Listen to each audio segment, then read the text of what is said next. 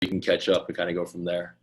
Yeah, I don't have Okay. a Facebook, but I was thinking of making Yeah. Yeah. Well, if you get one, you can at least add on to it. That way you can at least see what's going on. That's probably the easiest method for all of us. Let me pull this up real quick. So how's everyone's week going? Say Thursday? Sorry, Thursday, huh? It went by fast. It's always going by fast. Everyone doing okay and good? Yes, sir. Great. Yes, sir. So a couple of things, because obviously the other session had a ton of people. This one obviously has a little bit less, but it's okay nonetheless. There's a couple of things I want to talk about this week, and I think the first thing is reflection. Oh, Kendra's on. Great. So the thing I want to talk about reflection is most people, when mistakes happen. Hi, Kendra, how are you? Well, thank you. How are you? Awesome, thank you. So most people, when mistakes happen, the big problem that they have is we go back and we think about the issue and we think about the problem. And what ends up happening is, as we're thinking about the problem and what's that, we get very upset, right? Because it's when someone does us wrong, if someone screws us, if someone hurt our feelings, whether it's a personal relationship, whether it's a business relationship, it's all the same thing. The first thing is all emotion. And that emotion really kind of creates, as I mentioned, the commotion in your life and going from there. But if you're in a situation, in any situation, and you think that when you're going back and thinking about the problem, that you were not at any fault at all, that's your ego talking. Because there's nobody in this world, I don't care who you are or what happened, that you were 100% right. That's an impossible anomaly. There's no way. And I think that's important to discuss, because when things happen, the immediate reaction is a reaction. It's anger, it's whatever it is, it's freaking out, it's whatever it is. And then the second thing, the human emotion, is to blame. You start pointing, you start blaming people, you start sitting and saying it's their faults. The third thing is then you start trying to justify it in your own mind by playing the victim and the victim card and saying, this is what happened, this is what I did, this is where it's at, this is how this person hurt me. The fourth stage is then you sit there and you tell everybody, how you feel and how you've been done wrong. But then it leads to the fifth stage, which is it doesn't fix the freaking problem, right? And what I've realized is when you talk about these type of things, reflection is a pivotal role, because are you truly reflecting on what you did wrong and why that happened the way it did? Are you really thinking about it? Think about life. You do the same thing, you guys are moving up, and all of a sudden it comes down. Then you do the same thing, moving up, and it comes down. And it's a vicious circle over and over and over again. We talk about consistency. We talk about the ability to check your ego. We talk about being perspective. But now we have to talk about a more advanced thing, which is reflection, because the reflection in itself is literally key to making you make sure that you don't do it again. And this is a hard thing to do, because it's so easy to feel victimized, and it's so easy to feel like it's other people's faults. And I can tell you, there hasn't been any time when I did not feel like I was getting screwed or wrong, that it was some way, somehow, not my fault. And you always hear this, the version of whatever the truth is based on what you believe the truth is. It doesn't mean that's the truth, it's just your version of the truth. So why is this important? In business and in life, when you don't make a sale, you need to reflect upon what made you lose that sale. When you're in a relationship, any relationship, and that relationship is damaged, you need to reflect upon why that is damaged so you don't do it again. The scariest thing in this world are human beings who do the same thing over and over again. Thus, it is your ego. Thus, you will never grow. Thus, you will be stuck in the same position. Sure, it might be a little bit better, but you'll never have the real ability to grow because you're too busy not reflecting and changing and repairing. Does that make sense for everybody? When this happens, if at any single point everybody is wrong, you have an ego problem. There's not been one time in anything that I've ever done where I didn't feel I had some sort of my fault. And if I can't find something that I did wrong, then there's something wrong with that. There's something that I need to figure out what it is in order to not feel that way. And so for you guys, as you're advancing into this journey of mentorship, it's important to consistently reflect. I do it on a daily basis. I do it when I fight with someone. I do it when I argue with someone. I do it when I'm hurt. I do it when I am trying to figure out why I keep running into the same problems. It is the most God honest thing. And if you've learned ego and perspective at this point of our mentorship, you will learn that reflection is the next stage of it, because that is key in order for you to grow and become a better person and a better business person. That's really important, reflection. There is no way anybody is 100% right and 100% wrong. That is an impossible thing in this world. It's an impossible thing. And if you're like, well, I don't think I'm wrong, then your ego is literally at play, and that needs to be checked. So that's a big, big thing I want to talk about when it comes to reflection. The other thing I want to talk about is anything you do, you must do it right. Right now, in the world that we're in, you talk about business and things like that. Do you know that there are millionaires and billionaires in every industry out there? Let's talk about it. There's people that shovel shit for a living that are millionaires. There's people that run lawns that are millionaires. There are people like Scott's Turf Built, which came from a guy who was cutting grass, who's a billionaire. There are millions and billionaires in every industry that they're in. There are millionaires and billionaires in the restaurant space. Where people get caught up is their ego, because I deserve more. I need more. I am better than this person. But like I've said in my previous sessions, the market determines your value. You don't determine your value when it comes to money. You determine your own self-value, but the market determines your value based on what you're giving. So when that is happening, when that big thing is there, how many times are you doing a job? You might call it a dead-end job. It's not a career, but you're not really doing it right and give it your 100%. Because you don't appreciate the job, or you belittle the opportunity that's given to you, right? I see it all the time when people come work for me. They work for me at the restaurants. They belittle the fact that they're the restaurants. They're not smart enough to do their research on me. They're not smart enough to show that they can excel in the restaurant business and then maybe become one of our owners in the business. All they care about is their egos, and they're like, oh, I work in the restaurant. It's a transitional phase at 20, 22, 23, 24, 25 years old. It's not the career that I'm looking for. And they get upset about that stuff because they feel ashamed of it. That's an ego play. If you do anything, whatever you've been given, whatever task it is, if you don't do it 100% and do it right, first off, you're downplaying your own character. Secondly, you're spitting at the blessing that you received. And third, and here's the most important part of it, you are literally making it so worthless that you think there is no career out of it. One of my closest friends, richer than me financially, literally his whole family does is they pick up garbage. It's more money than I do.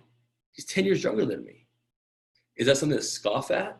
Maybe. Society has made you feel that way, that the Instagram stories or my Instagram stories are so great. But the reality is I'm struggling with life and things as everyone else is. And that's why I like to be real with my people, because it's not as picture perfect as I painted on social media. Although it looks perfect and these experiences have all happened, it took a lot of hard work to get there. So what are you guys doing right now in your lives, in your places of business, that you're belittling yourself and really devaluing yourself and the industry that you're in, and not really maximizing your opportunities? That's important. You have to be able to give it 100% and do it with pride, because you never know who's watching. You never know what people are doing. You never know the opportunities that exist. Does that make sense for everybody? That's extremely important, right? Which is why reflection is so important. You know, the other thing is, you know, when we talk about this type of stuff, we also want to talk about, let me pull this up real quick. We also want to talk about the ability and the inability to sit there and bounce back from stuff. You know, it's so hard at this point in your life where everybody wants to beat you up and they want to destroy you and they want to hurt you. And now you have to deal, those are people around you. And then you have to deal with trolls now. right? You have to deal with all these people out there. So if you saw my Facebook post or my Instagram post, which I think I tagged most of you in, it was my flex on Steve Forbes. Why did I do that? The other day, I had a guy who used to do business with me, and he's talking garbage about how I bought my ability to get on Forbes. Listen, if I could figure out how to get on Forbes, if I could pay for it, I'd be on the freaking cover of Forbes. There's no way you can buy Forbes. But it upset me so much because at that point, I was like, dude, I've done it 15 times. Who are you to sit there and say these things about me? And I realized that I was feeding into the troll. I was feeding into the negative energy. There's a thing called don't feed the troll. There's a thing called don't feed the energy. So when I get stupid comments, I just delete them at this point. But this one bothered me because it was one of my older friends. And then that's when I realized that even once in a while, as humble as you have to be and nice, you're going to have to flex because you can't be soft in this world. You can do it right. You have good intentions. You can help people. But when push comes to shove, there's a certain point you have to push back because they'll take advantage of you. They'll hurt you. They're trying to hurt you and destroy you and break you and hurt your soul. And so your ability to understand and how to bounce back is so significant, which then leads to the reflection point, because as you're pushing back, you want to push back in a way where it doesn't demean yourself or your character, but it also inspires and grows and makes you a better person. Because I guarantee you that story that they're going to tell from you, whether you're putting it in text and email, whatever it is, they'll use it against you even more. So you have to be smarter about it. And you have to realize that some battles aren't worth it, right? If you win a battle against someone that is crazy or insane, the end result is that the people aren't in your lives. You didn't win the battle. You lost the battle. You lost the war. You have to pick and choose when you're trying to do things. You have to sit there and that's where the reflection of not always being right is. That's where the reflection part is. Did I argue with this person because of my ego? Was I hurt? Why was I hurt? Was I hurt because of my ego? What was the situation that led me to be so upset at this point in time? That's an important factor on why reflection plays such a big role, because you're going to start learning that almost every situation you're in is caught by the same patterns of your reactions and your interactions. It's the same thing over and over again. You just don't realize it. Think about a time where something went bad and your reaction screwed it up in your personal life. Now think about that in business. And when you think about that tonight, when you put that down together on a piece of paper, you're gonna realize it's the same thing. You were acting the same way. Whatever that emotion was, it was the same thing that carried it through. That's a big difference, and why reflection is important, because you have to learn not to do it again. If you keep doing it, you're not breaking the cycle. You're only gonna go here, and just like a yo-yo, you'll come right back over. You'll come right back over. You have to be able to release it to where you can get to the next step, or else you're gonna keep going back and forth. And most people I know, especially in our city in El Paso, but most people I know in the world, are too busy doing this and not enough of cut and growth and keep and moving forward. They just don't. They're making the same habits. You have to constantly change to be better. You have to evolve. I'm evolving. I'm not the same person I was last year. I'm definitely not the same person I was 10 years ago. It's a constant evolvement. And that is consistency and dedication, because it's not a job to be a better human being. It's your duty to be a better human being. That's what has to happen. So I want to bring that up as well into this discussion today.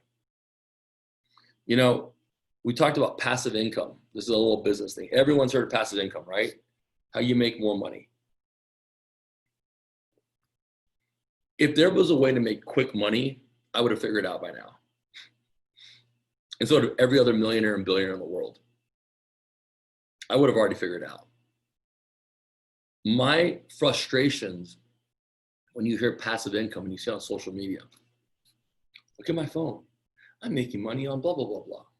Look at this. I'm having a great lifestyle. And then they're living in an apartment, or they're not even happy, or they have any savings, or they're not growing and developing.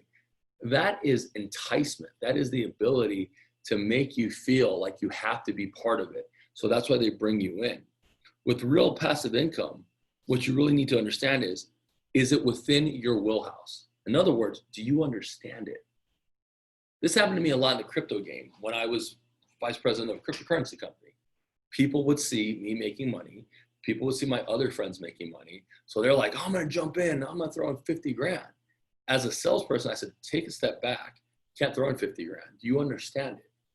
Do you understand what's going on? Do you understand how you're going to lose your money? Do you understand the negatives and the pros and the cons and everything that's there? Because it's not just about making money. It's about the ability to understand how you're going to do things and how it's going to benefit you and how it's going to work.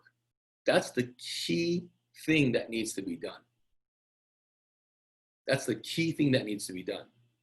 And when you're outside of your lane, when you do a passive income investment, the first thing you have to realize is, I'm going to lose this money.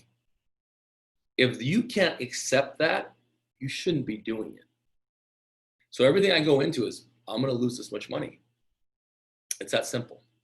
I'm going to lose this much money. And I'm okay with it because now I've managed my expectations. Number two, when these get rich quick schemes happen, yes, there's a lot of people that make money in stocks. And yes, there's a lot of people that make money in real estate. And yes, there's a lot of people that make money in crypto.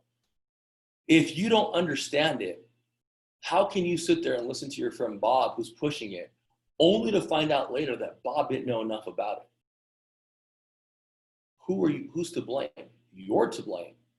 You know why? Because your greed got the best of you. Because you didn't reflect. You didn't think. Your ego was like, well, Bob made $2 grand. I'm smarter than Bob. And as entrepreneurs, that's what you run into all the time. I'm just as smart as this person. I can do this. They did it. Why can't I do it? And what was the end result? Nothing. It's a big epic failure because you spent so much time trying to learn something that you're not an expert in, and you're trying to evolve and commit, but the greed part of it is grabbing, people are making money. So you're like, well, you know, I know enough. Let me just go and throw the money in. And when it doesn't work, you're to blame. And if you invite other people, you're definitely to blame. That's happened to me. That's happened to me a couple times in my life where I put together deals, I'm to blame. It wasn't you didn't show up to work. It wasn't you didn't invest your money right. It wasn't anything like that. People, when there's failures, they're looking for an outlet to blame. So it's easier to blame people that suck and that are difficult and hard to deal with. It's very easy to blame people who are on the top of the mountain. People want to peg them down. It's even more easy to blame people because they're adults and they can't blame themselves. Those are the people you don't even want in your lives. But when this happens, you must reflect on why you did it in the first place and be honest with yourself. And the simple answer is it's greed. You did it out of greed. You did it because you wanted more money. You didn't do it because it was best for you. You didn't do it because you couldn't afford it. You didn't do it because you cared about it. You did it out of greed. So in business, when you try to run passive income, whatever you're trying to do, if you're willing to lose it, if you're willing to understand it, if you're trying to make a meaningful impact, then go ahead and do it. Go and put the money in there and make it work. But if anything I just told you, it's a negative, don't do the damn thing. Move on. But there's a certain point in your life where you have to jump because there's certain people that are just always afraid. There's always a reason why not to. And that could be true. But at the same time, there's always a reason to do things, right? So you have to be very honest with yourself when it comes to type of passive income. No matter what you're looking at, no matter what you're doing, no matter where it's at, you have to understand that that is significant in your abilities to invest and to grow financially, or it's the same cycle. So the next time someone comes to you with a get quick rich scheme, there's a reason I'm not doing it. There's a reason that Mark Cuban's not doing it. There's a reason that Warren Buffett's not doing it. There's a reason that Bill Gates isn't doing it. Stick to your lane and know what you're supposed to do. Be an expert in that lane and grow that business first, and then talk about everything else. That's real passive income. You know, I have a broker, even yesterday, it's a simple example. $5,000 for an account that was going to give me 12%. Then he starts talking to me and he goes, $25,000, 24%. But it's risky. But on average, I've been getting 24% back. So the opportunist, the businessman in me, the guy who runs numbers, is like, it's just 25 grand. I don't know if I can afford to lose it, but it's worth a 25% gain. And then it was a discussion of, and I trust this guy implicitly, and he goes, talk to Rick Barry, who's one of my business partners, we have the same broker. He goes, talk to Rick, and Rick will tell you. So I text Rick, and Rick's like, yeah, man, I'm doing great, 24, 25%. And then it dawned on me. Today's lesson. That's what I just told you guys. I'm doing this because of my ego. Do I really, during COVID, want to blow an extra 20 grand? Should I slow play the 5 grand? I just kind of grow the 12%? Or is it because this is no different than gambling? Your odds are the same because they're not your odds. You're depending on other people. It's not your odds. You're not running the shit. Other people are running it. And just like gambling, you think you have control, you have zero control because it's a process of luck. Anyone that's done stats knows it's all independent luck. So there's no difference in doing that going from there. And when I caught myself doing that, that's when I realized at that point in time, that wasn't something that I could do. And therefore I stuck back down to the 5 grand, right? Even me, my greed could catch the best of me. My ability to, and then you have to make reasons. Oh, well, you're doing this because of this. Listen, anything you're doing, if you start making a bunch of reasons of why you should do it, you probably shouldn't be doing it, right? Because now you're convincing yourself and other people to do it. That's your ego. That's you not being true to yourself. That's you not caring. That's you just really kind of work with everyone else and kind of really screwing it up. Does that make sense? That's a big, big, big thing. And I want to bring that up. So when it comes to passive income, how to do it, unless you know it, even with me, I have plenty of passive income deals you can come and invest in and work with. I've never pitched it to you guys one time. You want to know why? Because that's not why I'm here for.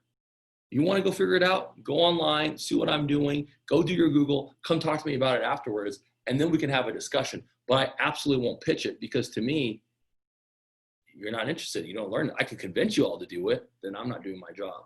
And that's the same way you have to do with anything else. And anyone that's trying to convince you to do passive income and show you all the cool shit they have, dude, those guys are just shysters because I have plenty of cool stuff. I'm just not showing it. It doesn't matter.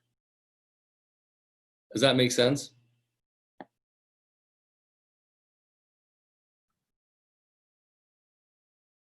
Pull up this other lesson.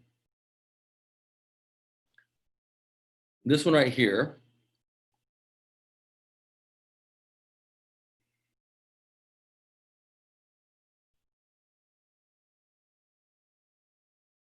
So my intern sent this to me because she asked me a question. She said, during my internship, you focus on the importance of self-learning, the ability to Google what you need to know and be resourceful. However, you told us that if you can't find an answer, ask. By knowing the right answers, by knowing the right questions to ask and how to ask them is important. It will help you get more specific answers and better educate you for your mentorship and towards people. Let me tell you what that means. I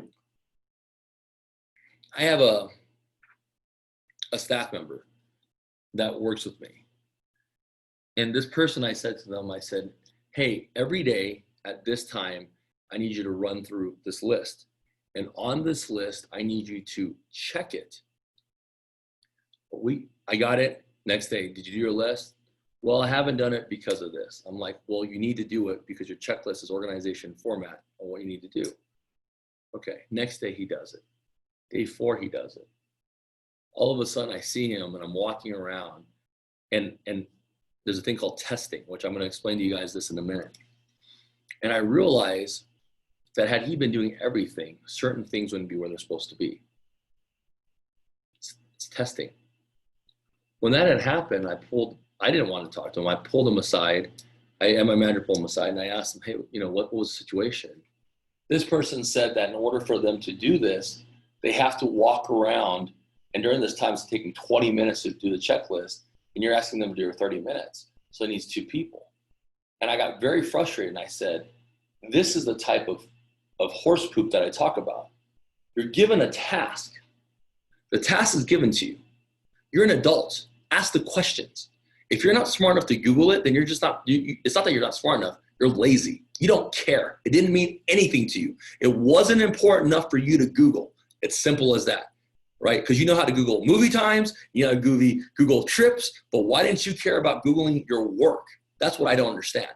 When that had happened and he was going through that, I said, okay, that makes sense, but it's a formulation of habit. That's why I want him to do it. Sure, you can do it every hour on the hour and then make it work. Then I'm walking and I see the person and he's reading a book at work. Boy, was I very upset. That's an excuse. That's what goes back to the whatever you do, be grateful for it and give it 100%. Because this kid has no idea, even though I've talked to him, the ability of our growth and how we can work together. He's too busy caring about himself and short-term gains and not long-term goals. So do you think that I want to invest and do business with a person who can't even do a basic day-to-day task? The answer is hell no, I would not invest in you. Hell no, I won't work with you. Hell no, I won't introduce anybody, because it's an embarrassment to me. You can't even do the basic stuff because you don't care to. But man, no one told you. And my favorite quote I always ask people is, when I ask them to do something, like, I don't know. I go, do you know where to get your paycheck? They go, yeah. I said, did I tell you to do that? I said, no. So how'd you figure it out? I asked. There's your answer. You were smart enough to figure out where to get your paycheck and where we're going to get it. You weren't smart enough to figure out how to do your job. If you're falling into that pattern, it's I don't care to do it. It's not because you can't do it. It's not because anyone's holding you back. It's not because you're not smart. It's because you're just being lazy and you don't care. That's God's honest truth. You know how I know? Because I used to be like that. When you get to start convincing yourself of reasons why you can't do things, that's when you need to stop doing that stuff. That's when your reflection needs to be on point. Because at that point in time, you're just doing something wrong. You should never have to convince yourself to do any action at any single time. When you do that, you're just hurting yourself. It is bad business and it's bad for you. The last thing I'm going to talk about, because we had 20 people in the last session, so we only had 5, but what was the last thing I want to talk about? Gosh darn, it just slipped my mind. It's that old age, I tell you. It's a reflection. Dang it, I actually forgot. Let me think about it. I'm sure I have an answer for it. I had it written down.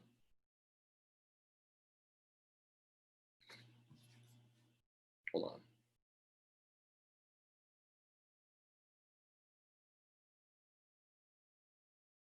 Okay, I'm going to think about it. I really don't remember what it was. It's on my thing. Anyways, let me think about it. Are there any questions of anything I've talked about right now? Ask, and you shall have answers. I don't necessarily have a question, but actually what you mentioned has kind of been something that, I've been noticing is exceptionally impactful is, just that people are always watching, and you can't expect something to be given to you without proving your faithfulness in the smaller things. One of my friends recently moved jobs, and he started working for a doctor who's trying to expand his practice. And the doctor's a little older. He's not from here. He's relatively new here in El Paso. And this friend of mine, he's helping him get his website up. He's helping him decide on what kind of charting software to use, how to network with hospital CEOs as far as getting privileges and getting more patients coming in and growing his practice. And, he's not paid for that. He's only paid to see patients, but he's proving his worth and really investing his time in the growth of this doctor's practice. And he's incredibly grateful for it. No doubt those little things going above and beyond, they make a big difference. Being faithful with the little things and finding ways in which to add value, that goes a long way. It does, and I'm actually glad you said it, because it was meant to be in the universe. So now I remember what I was going to tell you, which actually goes right to what you're saying. Everything's a test. Everything. I'm going to tell you a couple of stories, but I'm going to tell you one that was mostly when I was 25 years old. It's the first time I hung out with any celebrity. His name is Johnny Rockpage. That's actually his real name. He's a super sport bike racer. He's part of the Jordan brand. So Johnny, first time I went to someone's house, this millionaire, $1 million mansion, like anyone, I was like, oh my God, this is amazing. I'm hanging out with a celebrity. So I ended up spending the night at his house. And I woke up the next morning and I folded my bed. I took out my garbage in my room, I cleaned up myself, and I left. Said goodbye. He just texted him, so I went. A couple weeks later, we're hanging out, and Johnny pulls me aside and says, I noticed that you actually folded your bed. And I'm really grateful that you did that. And at 25 years old, when he told me this, I was kind of like I was a little confused. I just thought it was a normal habit. He was testing my character and seeing that if I couldn't even fold my own bed that I slept on in his house and clean up after myself, what type of person am I going to be with? It's always a test. You do it when you're dating. You ask questions, you're testing, you're checking, you're subconsciously doing it. People do it in business all the time. When I hosted my ESPYs party and all these celebrities showed up and everybody was here. I mean, Paul Pierce, the guys from Ballers, to everyone else, and I'm the main host, and it's me and Matt. I'm looking around. Do you know who was there until 1 o'clock, 2 o'clock in the morning when we're shutting down? The stragglers. Wasn't Paul. I left a little bit earlier. I left right before 1, right when we closed. I looked around and it was done. All the celebrities were gone. When you have these events, and this is so much also in networking, people are always watching and testing you. Everything's a test, whether you want to believe it or not. They want to see if you're going to pick up the check. They want to see if you open the door. They want to see that if you're being courteous. If you go get water for yourself and your team members there, what's the big deal spending another $1.49 and giving them water? That shows your character. That shows the person you are. I go back to my test with Johnny. And because of that, when the initial that we're working went sideways with that group, I started another company that did the same thing. Johnny went with me because he knew my character was there. Everything's a test. What do you think happens to people when they're sitting there and they're hanging out and all of a sudden they're the ones who are drunk at 2 a.m. on a Friday night at your event? Do you think I'll ever invite those people back to my event? Because you embarrassed me. You came to represent me. I'm representing you. I'm not embarrassing you. Why are you embarrassing me? People are a reflection of who you are. The people you hang out is a reflection of who you are. You want to hang out with them because your ego? Great. That's awesome. But if they're not bringing real added value to you, you're hanging out with the wrong people. There's no growth. There's no ability to be better. That's a major, major thing that you have to understand. I'll give you another example. My uncle, one of my mentors, who I love and adore, right? Millions of dollars, big guy in clothing. He tells me a story that when he was 35 years old and he goes back home and he's hanging out with all these other CEOs. Do you know he was one taking their orders for drinks and running and getting them, even though he was the CEO of his own company? Would you have done that? That photo right there behind, that's with Arnold Schwarzenegger, which is his birthday today, by the way, but it's him. Do you know what it took me to get that? It took my best friend, who I spent 9 years working with at Deloitte, to tell me for 4 years that his brother is Arnold's photographer. And because this is one of my childhood heroes, for me to go meet him, I would have to fly to Columbus and meet him and go from there. Cool, I'll do it. I'll meet Arnold. Someone I've always wanted to meet. Maybe some business will come out of it. Maybe it won't, but at least have a cool photo of Arnold Schwarzenegger. That's dope. I show up. I just bought FaZe Clan. I just bought in it. It was worth 150 million at this point, right? I still have my roles. I have all the cool things. Do you know what I had to do to be there? I had to wait for everyone first to take photos. I was holding coats and opening doors. Me. I was on Forbes 2 weeks before that. Do you have that humility? Do you think you're better than that? Would you tell someone to go F off and go from there? No, because I appreciated the fact that I had the opportunity to do that and meet him. And it was my network that got me there. And where most people fail when they're networking is when you introduce people to other people, that person's a representation of you. And if that person does bad, who gets blamed? You get blamed. So who are you hanging out with, and what is your representation, and how are you representing yourself, not just in social media, but in real life? If they're not helping you grow, they're a distraction to your focus. They're a distraction to your growth. And I'm sorry, the big boy thing to do is you have to cut certain people off. It's not based on your network. It's not based on monetary value. It's based on real world value. So what happens is, imagine had I sat there and I said, I'm not holding fucking coats. You know who I am? I have 80,000 followers. I'm not doing this. This is ridiculous. The report would have gone back to my friend that I was a jerk. which means I embarrass my friend. Do you think my friend would ever at that point allow me to have anyone else or interest in anyone else in his network? The answer is no. This is where people screw up. And to his point exactly, I had 8 interns come in here this summer. Out of the 8, 4 have stayed. Out of the 4, 2 I'm going to offer a job to. They know that was the end goal.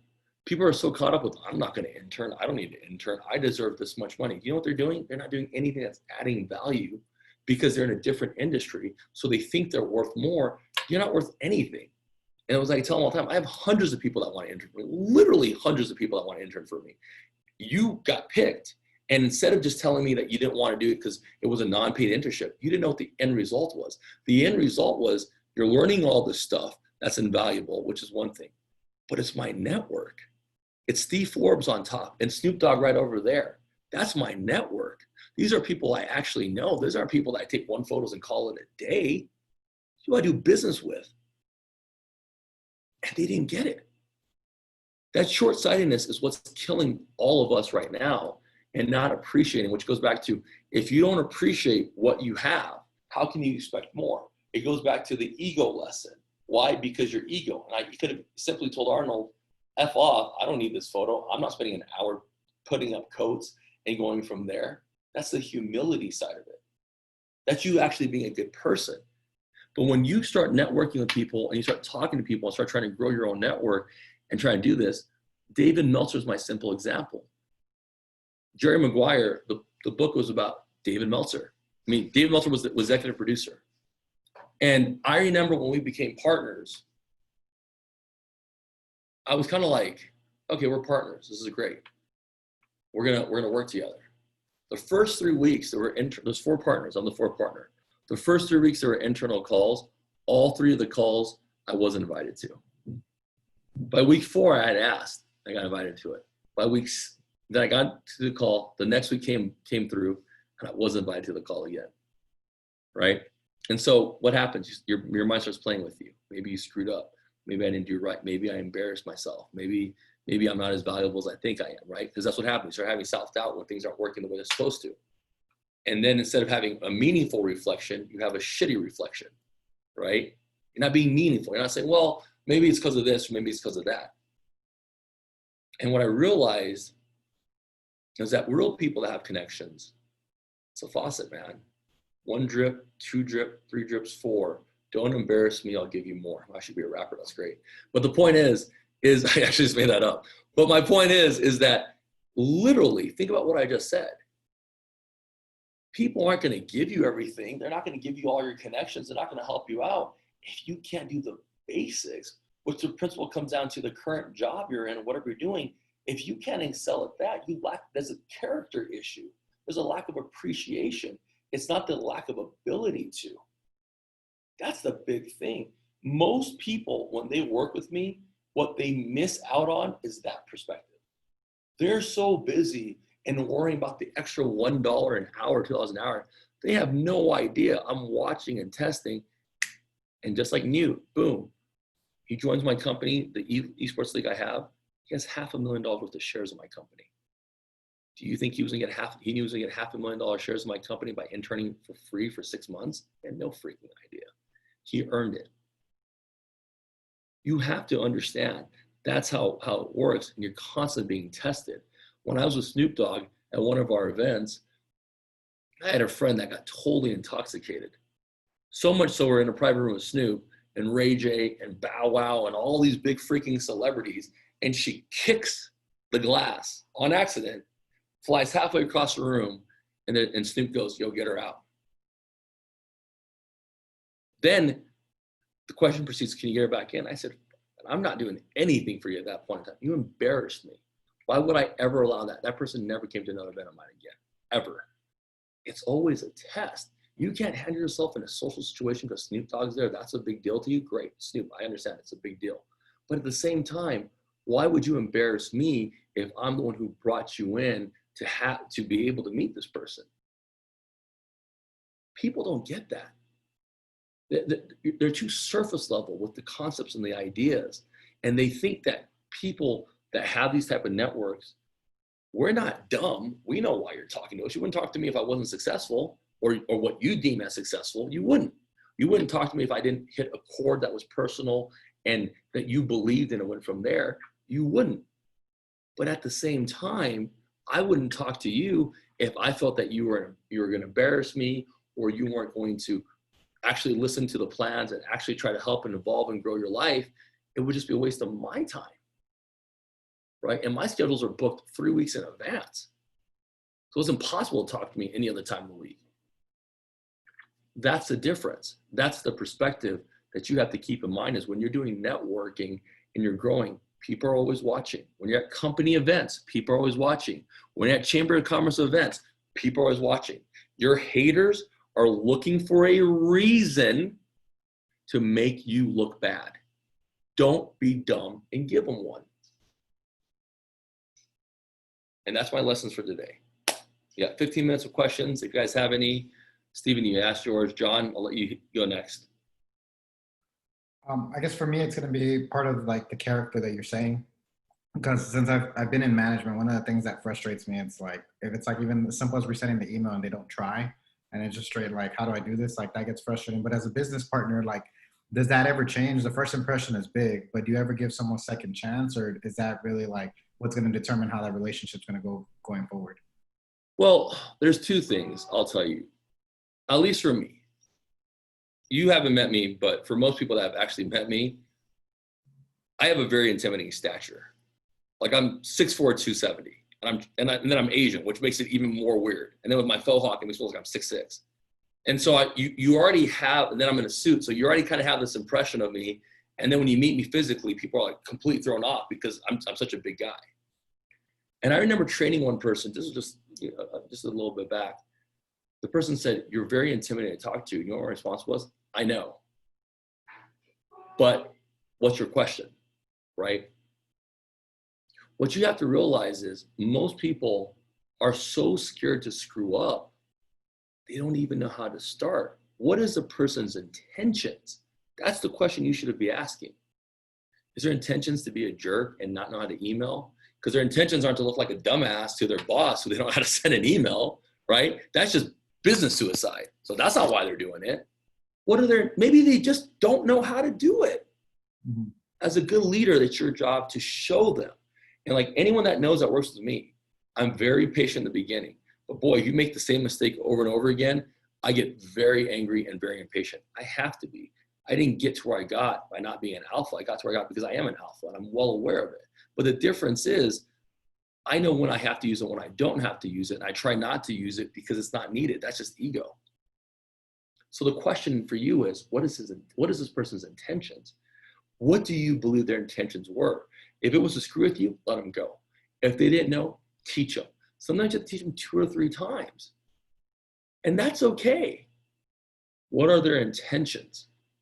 That's going to make the difference. And if you have any doubt at that point in time, boy, they need to move forward and move on. Okay. Does that make sense? Yeah, so you're saying there does have to be a balance, right? Teaching perspective at the beginning, but also knowing when to cut the cord. Of course, because as a leader, the last thing you want people to say is, "I can't go approach John because I didn't know how to do this and he got mad at me." Because who do you think they're going to go tell when this doesn't go the way it's supposed to go? Their peers. Yeah. So who ends up getting hurt in the end? You do, because it's morale, peer reviews, other issues. Sometimes people just don't know, and you can't assume that they know. You just can't.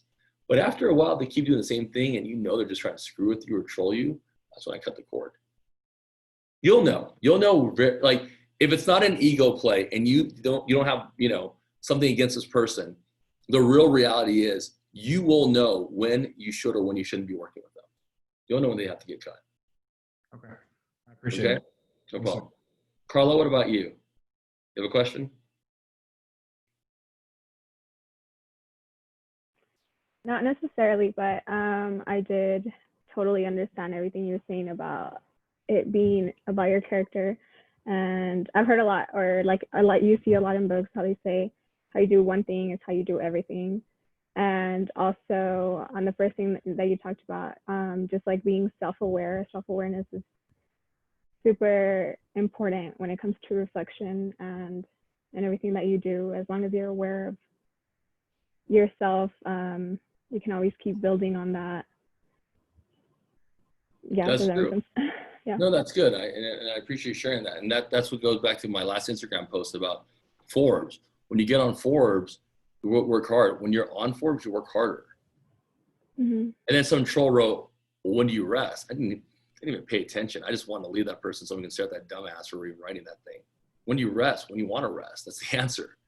But it doesn't mean that you change your habits to where you got. That's where people screw up. That's what I mean by reflection. It's like I get to where I got and the yo-yo comes back because I haven't changed my habits to be better. If you're not constantly changing and growing, if your habits aren't changing and growing, you're not growing. You're stuck. That's the reality of reflection. That's why it's so important. Kendra, what about you? Yeah, well, every time I'm here, I feel like I just need to open my brain and because there's always so much going on. Okay, so I have more of a technical business question. Sure. How would you merge an LLC and a nonprofit together to where it's beneficial to pair them together? Well, you need to know the rules of a nonprofit. That's the first thing. And the rules are very important because the government is extremely stringent on nonprofits. And if you don't follow those rules, you won't be granted a nonprofit. Just because the state grants it doesn't mean the federal government will. Just when it comes to taxes and go over that, that's when you get hit for tax fraud and tax evasion. First thing. Second thing, an LLC should be based on, you can do a management agreement where you have your nonprofit, but every nonprofit has a management company that runs it. So then the management agreement could then be the management company that charges the LLC for a certain amount of time and business to do certain things. Now there's a lot of tax incentives that come with that, and there's a lot of opportunities that come with that. But if you don't do it right, you end up screwing both your companies. So I would definitely research how to do a nonprofit and what the guidelines are and make sure it incorporates with an LLC, but the LLC has to be a management company. That's the only way you can incorporate both, or you'll lose your nonprofit status. Okay. Thank you, because it's going back to what I discussed with you a couple of weeks ago with the board of directors and things of that nature. So my partner, she's an employment attorney in California, and of course I'm here in Alabama.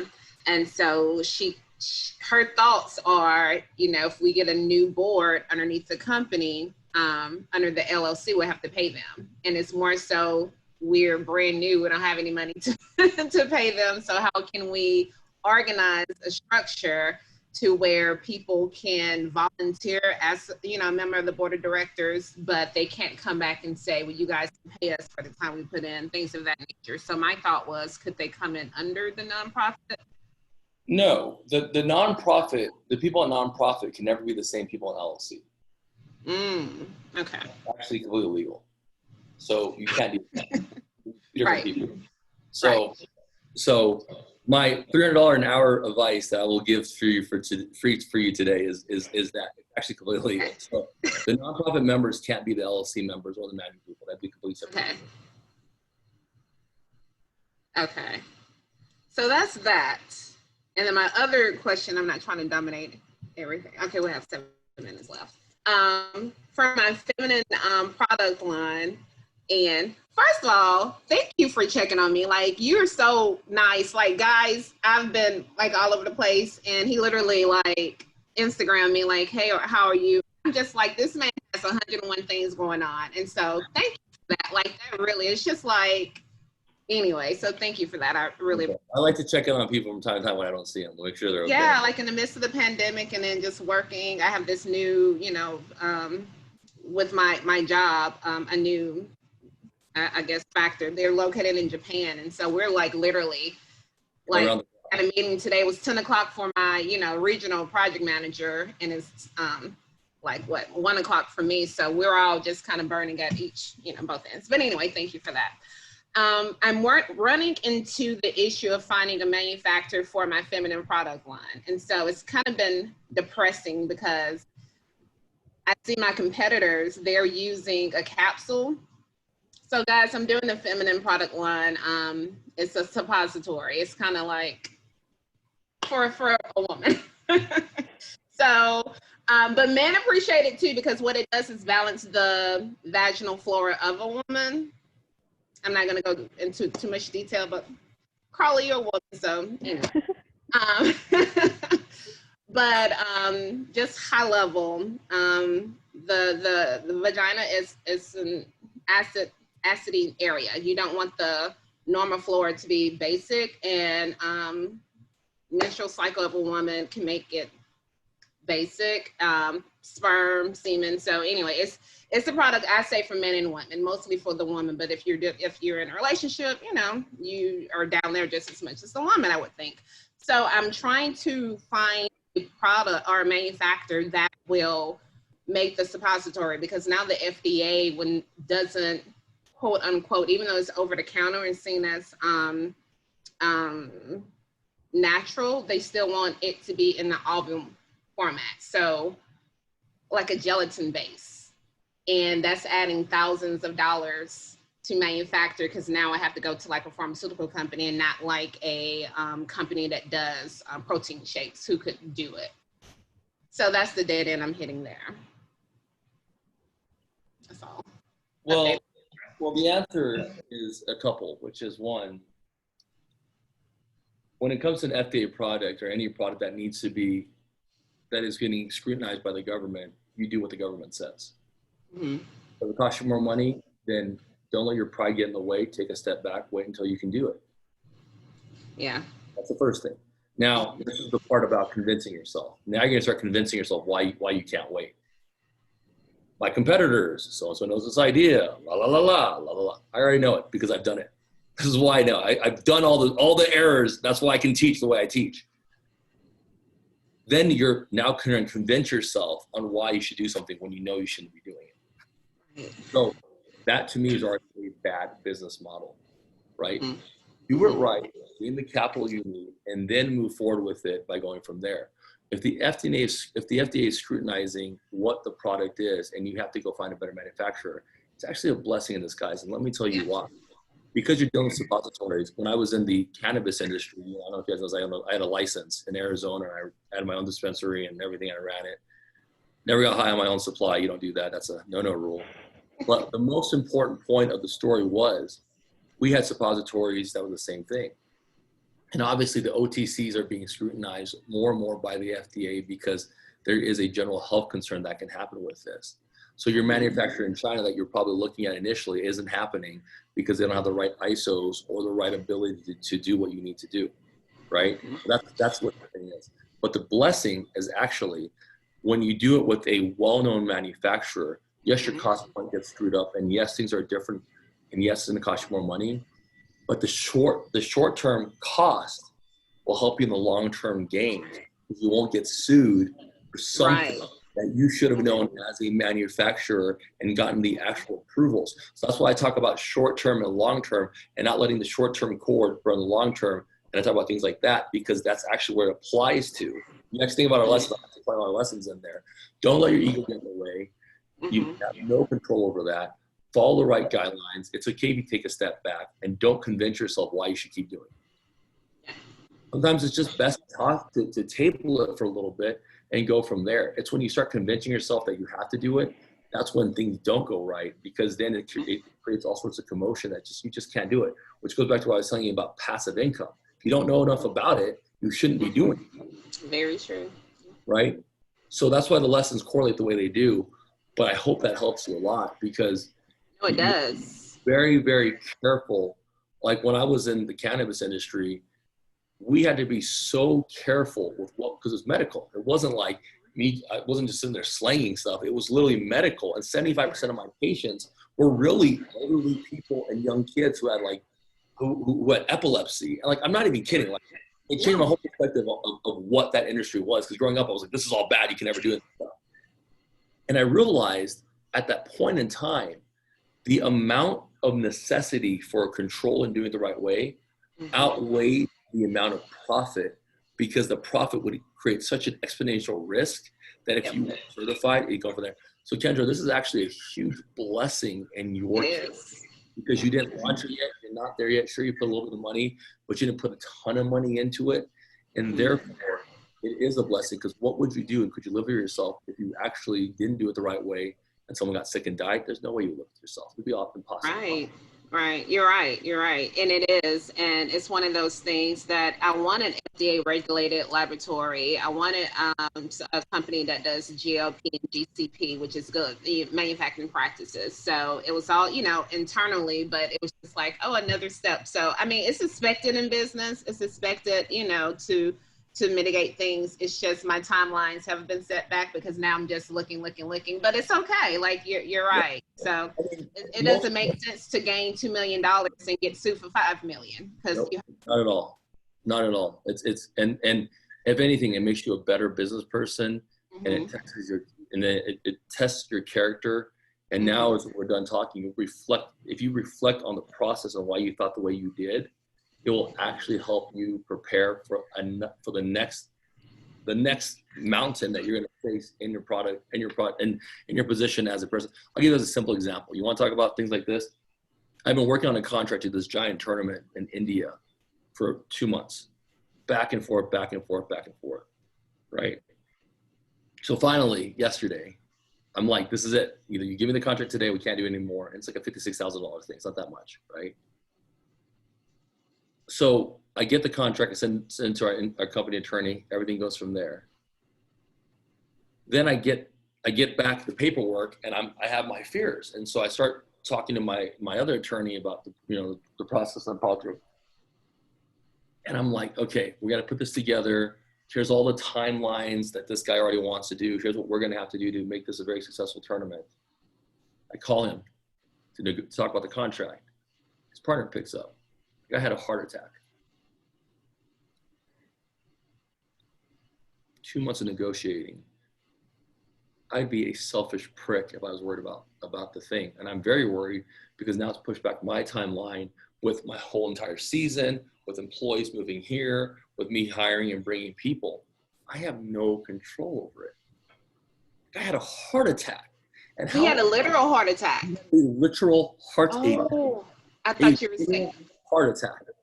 Jesus, yeah. And I really I looked at it and I laughed, not at the fact he had a heart attack. I laughed at the situation, saying, of course this is going to happen.